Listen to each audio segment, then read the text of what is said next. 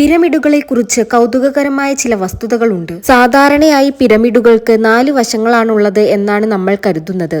എന്നാൽ ഗിസയിലെ മഹാപിരമിഡിന് യഥാർത്ഥത്തിൽ 8 വശങ്ങളുണ്ട്. വശങ്ങളുടെ മധ്യഭാഗത്ത് നേരിയ ഒരു കുഴി ഉള്ളതിനാലാണിത്.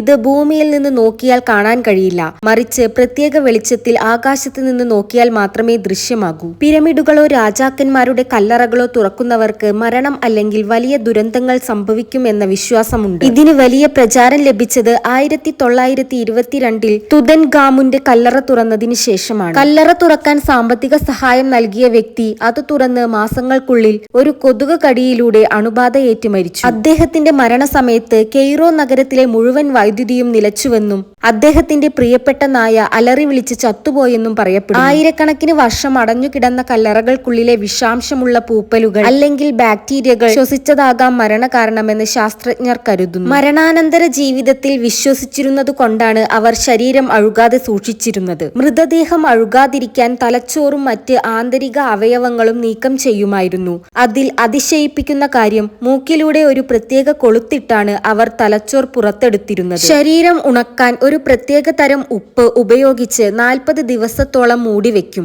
ഇത് ശരീരത്തിലെ മുഴുവൻ ഈർപ്പവും വലിച്ചെടുക്കും. ഉണങ്ങിയ ശരീരം 100 കണക്കിന് മീറ്റർ നീളമുള്ള ലിനൻ തുണി കൊണ്ട് പൊതിയും. ഓരോ പാളിക്കിടയിലും മന്ത്രങ്ങൾ എഴുതിയ ഏലസുകളും വെക്കുമായിരുന്നു. മറ്റെല്ലാ അവയവങ്ങളും നീക്കം ചെയ്യുമെങ്കിലും ഹൃദയം മാത്രം ശരീരത്തിനുള്ളിൽ തന്നെ വെക്കുമായിരുന്നു. മരണശേഷം ദൈവം ഹൃദയത്തിന്റെ ഭാരം നോക്കി കനം കുറഞ്ഞതാണെങ്കിൽ മാത്രമേ സ്വർഗത്തിലേക്ക് പ്രവേശിപ്പിക്കൂ എന്നതായിരുന്നു അവരുടെ വിശ്വാസം. ഇത്തരം വിവരങ്ങൾക്കായി ചാനൽ സബ്സ്ക്രൈബ് ചെയ്യുക.